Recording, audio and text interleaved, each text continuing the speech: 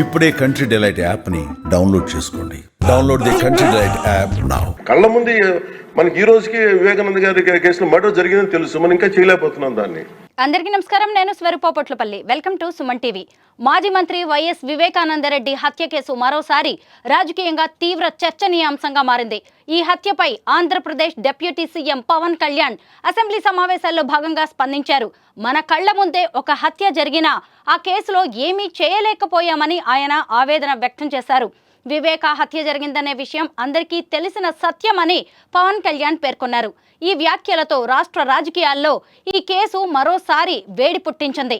వివేక హత్య కేసు గురించి మాట్లాడడానికి, అలాగే పవన్ కళ్యాణ్ ఈ వ్యాఖ్యలు ఎందుకు చేశారు అనేది చెప్పడానికి జనసేన పార్టీ రాష్ట్ర అధికార ప్రతినిధి రాయపాటి అరుణ గారు ఒంగోలు నుంచి లైవ్ కాల్లో మనతో పాటు సిద్ధంగా ఉన్నారు. ఆవిడతో మాట్లాడదాం. నమస్తే అరుణ గారు. అరుణ గారు, పవన్ కళ్యాణ్ గారు ఈరోజు వివేకానందరెడ్డి హత్య కేసు గురించి ప్రస్తావించారు. ఏ సందర్భంగా ఆయన ఈ వ్యాఖ్యలు చేయాల్సి వచ్చింది? అంటే ఇక్కడ ఈ రోజు అసెంబ్లీ సమావేశాలు, అలాగే ఎమ్మెల్సీలు, వైసీపీ ఎమ్మెల్సీలు, అత్యధిక సంఖ్యలో ఉన్నటువంటి ఎమ్మెల్సీలు చేస్తున్నటువంటి గొడవ అండ్ అసెంబ్లీ కార్యాలయాలు బయట వెనక ఈ మెడికల్ కాలేజెస్ గురించి చేసినటువంటి గొడవ, వీటన్నింటినీ బేస్ చేసుకుని, అలాగే గతంలో గవర్నర్ ప్రసంగం రోజు కూడా మొదటి అసెంబ్లీ సమావేశాలప్పుడు కూటమి ప్రభుత్వం ఏర్పాటు అయిన తర్వాత గవర్నర్ గారి ప్రసంగాన్ని మధ్యలో ఉటంకిస్తూ వైసీపీ లీడర్స్ చేసినటువంటి గలబా, వీటన్నిటిని కూడా బేస్ చేసుకొని పవన్ కళ్యాణ్ గారి యొక్క ఉద్దేశం ఏమిటి అంటే, వైసీపీ నాయకులకి నచ్చకపోతే జరిగేటువంటి విధ్వంసాలు, వాళ్ళు చేసేటువంటి కార్యక్రమాలు ఎలా ఉంటాయనే వాటి గురించి ప్రస్తావించి పవన్ కళ్యాణ్ గారు మాట్లాడడం జరిగింది.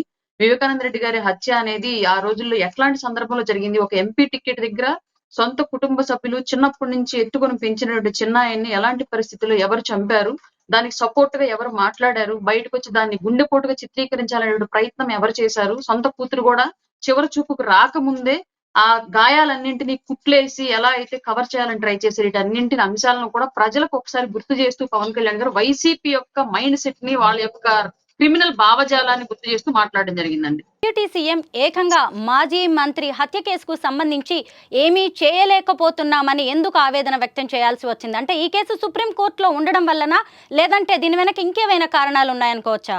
ముమ్మాటికి కేంద్ర దర్యాప్తు విభాగాలకు ఏ కేసు అయినా వెళ్ళిన తర్వాత రాష్ట్ర ప్రభుత్వానికి ఎలాంటి హక్కులు ఉండవు. అలాగే కేంద్ర దర్యాప్తు విభాగంలో ఏం జరుగుతుంది అనే దానికి అక్కడ ఉన్నటువంటి చట్టంలో ఉన్నటువంటి లోపాలను ఉపయోగించుకొని నేరస్తులు ఏ విధంగా తప్పించుకుంటున్నారు, అలాగే నేరాలు డైరెక్ట్ గా పాల్గొన్న వాళ్ళు, చేయించిన వాళ్ళు కాకుండా చేసిన వాళ్ళు ఎలా ఒక్కొక్కరుగా మిస్ అవుతున్నారు, ఇలాంటి అన్ని అంశాలను చూస్తూ ఉంటే ఆవేదనగానే ఉంది. ఒక మాజీ ముఖ్యమంత్రి సొంత బాబాయ్ హత్య జరిగితేనే రాష్ట్రంలో సరైనటువంటి న్యాయం జరగలేదు అన్నటువంటి భావన సామాన్యుల్లోకి వెళ్ళింది. ఇంకా సామాన్యుల హత్యలు జరిగితే ఎలాంటి న్యాయం జరుగుతుంది అన్నటువంటి క్వశ్చన్ కూడా అందరి మైండ్ లో రేకెత్తే అవకాశం ఉంది. కాబట్టి ఈ విషయాన్ని నిజంగానే బాధపడాల్సి, మీలాంటి వాళ్ళకి నాలాంటి వాళ్ళకి జరిగితే ఏదో కనిపించకుండా పోయింది అంటే అర్థం ఉంది. బహుశా జగన్మోహన్ రెడ్డి గారు ముఖ్యమంత్రి అయిన తర్వాత కూడా హత్యకు సంబంధించినటువంటి ఎలాంటి న్యాయాన్ని ఆ కుటుంబానికి చేయలేకపోయాడు, అంటే తనకు తనే చేసుకోలేకపోయాడు. అంటే నిజంగానే ఆ హత్యలో ఎవరు పాలు పంచుకున్నారో తెలుసు కాబట్టే ఆ కేసును తప్పించే ప్రయత్నం చేశాడన్నది అక్కడ అందరికీ అర్థమవుతున్న విషయం అండి. 2019 మార్చిలో వివేకానందరెడ్డి గారి హత్య జరిగిన టైంలో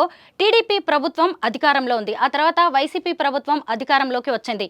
అయితే ఆ ప్రభుత్వం అధికారంలోకి వచ్చిన తర్వాత ఈ కేసు విచారణ కావచ్చు, లేదంటే అప్డేట్స్, పరిణామాలు ఎలా మారిపోయాయండి? ముమ్మాటికి అండి, నెక్స్ట్ కనుక మళ్ళీ టీడీపీ కనుక అధికారంలోకి వచ్చి ఉంటే 100% వివేకానంద రెడ్డి గారికి సంబంధించిన హత్య కేసులో ఖచ్చితంగా న్యాయం జరిగి ఉండేది, 100% న్యాయం జరిగి ఉండేది.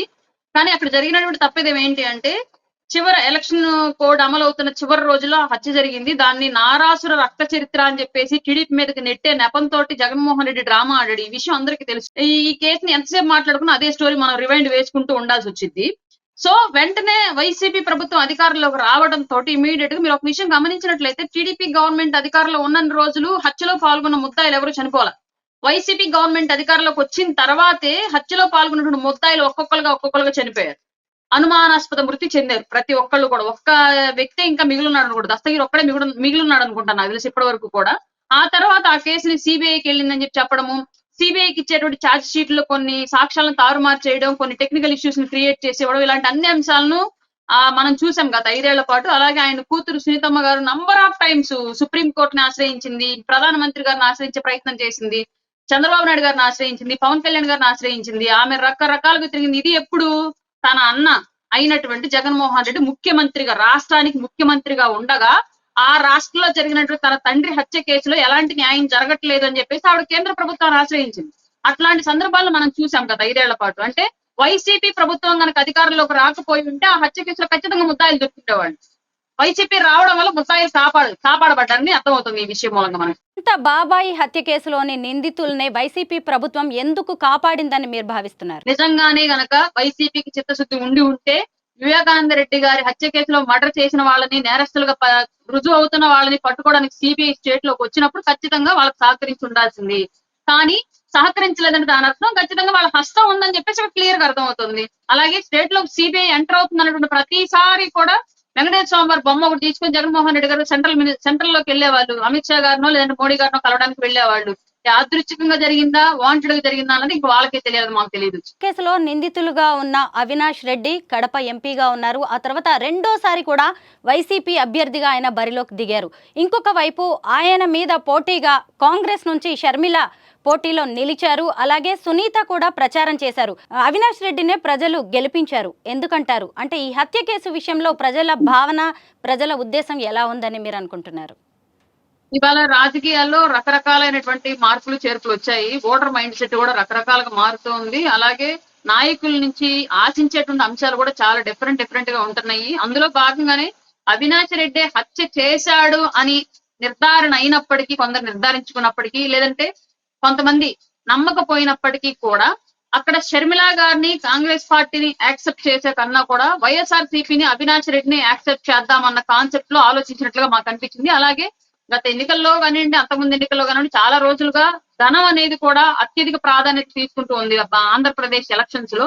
అందులో భాగంగా కూడా ఒక ఆస్పెక్ట్ కింద ధనం కూడా పనిచేసి ఉండొచ్చు. ఆ స్థాయిలో షర్మిల గారు ఖర్చు పెట్టలేకపోయారని చెప్పేసి మాకు అనిపించిన విషయం అని. ఎంపీ అభ్యర్థిగా అవినాష్ రెడ్డినే ప్రజలు గెలిపించారు. అక్కడ ఎందుకు కూటమి అభ్యర్థి గెలవలేదు? చెప్పాను కదండి, రకరకాల ఆలోచనలు ఉంటాయి. అలాగే ఎలక్షన్ లో గెలుపు అనేది రకరకాలైనటువంటి సమీకరణాలు వర్కౌట్ అవుతాయి. దాంట్లో ఏం వర్కౌట్ అయింది అనేది లాస్ట్ ఎలక్షన్ లో ఐడెంటిఫై చేయడంలో మేము వెనకబడ్డాము. ఎంపీ ఎలక్షన్ వరకు, నెక్స్ట్ ఎలక్షన్ కి ఇప్పుడు ఈ 5 ఏళ్ల పాటు ఎలాంటి జరుగుతుందని చెప్పేసి ఒక ఐడియా ఉంటుంది. కాబట్టి నెక్స్ట్ ఎలక్షన్ కి డెఫినెట్ గా ఆ సీట్స్ ను కూడా కూటమి కైవసం చేస్తున్న ప్రయత్నం అయితే 100% జరిగింది.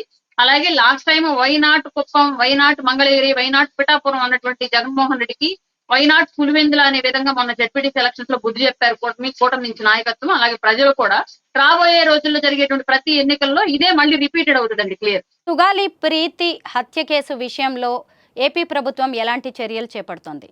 ఆల్రెడీ మొన్న సెక్రటేరియట్ లో జరిగినటువంటి మంత్రుల సమావేశంలో కూడా, అలాగే కలెక్టర్ల సమావేశంలో కూడా పవన్ కళ్యాణ్ గారు స్వయంగా చెప్పడం జరిగింది. సుగాలి ప్రీతి కేసు విషయంలో ప్రత్యేకమైన దృష్టి సారించి నేరస్తుల్ని మనం ఖచ్చితంగా ఐడెంటిఫై చేయాలన్నటువంటి విషయాన్ని పవన్ కళ్యాణ్ గారు ప్రస్తావించడం జరిగింది. అది ఆల్రెడీ మీడియా కూడా బయటకు వచ్చినటువంటి విషయమే, ఇది సీక్రెట్ జరిగిన మీటింగ్ కూడా కాదు.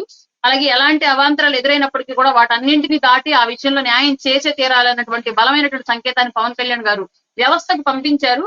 ఇంకొక విషయం ఏంటి అంటే, సేమ్ ఎలా అయితే వివేకానంద రెడ్డి గారి హత్య కేసులో ఎలా అయితే సాక్షులు కనుమరుగైపోతూ ఉన్నారో, అలాగే ఈ సుగాలి ప్రీతి కేసులో సాక్షులు మార్చబడ్డారు. క్లియర్లీ సాక్షులు కాదు, నేరస్తులు మార్చబడ్డారు.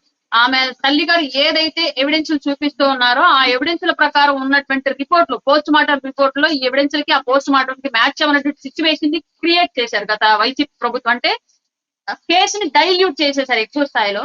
ఆ డైల్యూట్ చేయడం మూలంగా ఇప్పుడు ఇన్వెస్టిగేషన్ అనేది పెద్ద తలనొప్పిగా మారినటువంటి విషయమే క్లియర్ గా. అయినప్పటికీ కూడా ఈ కేసుని ప్రయారిటీగా తీసుకుని పవన్ కళ్యాణ్ గారు దీని మీద దృష్టి పెట్టి కంపల్సరీగా నేరస్తులు ఐడెంటిఫై చేసి తీరాల్సిందని చెప్పేసి ఒక సంకేతాన్ని పంపించారు. కాబట్టి రానున్న రోజుల్లో బలంగా ఈ కేసు మీద విచారణ అయితే జరిగిద్దని చెప్పేసి భావిస్తుంది. హత్య కేసులో నిందితులకు త్వరలోనే శిక్ష పడుతుందని, అలాగే ఆయన ఆత్మకు శాంతి చేకూరుతుందని ఆశిద్దాం. Thank you so much Arun గారు.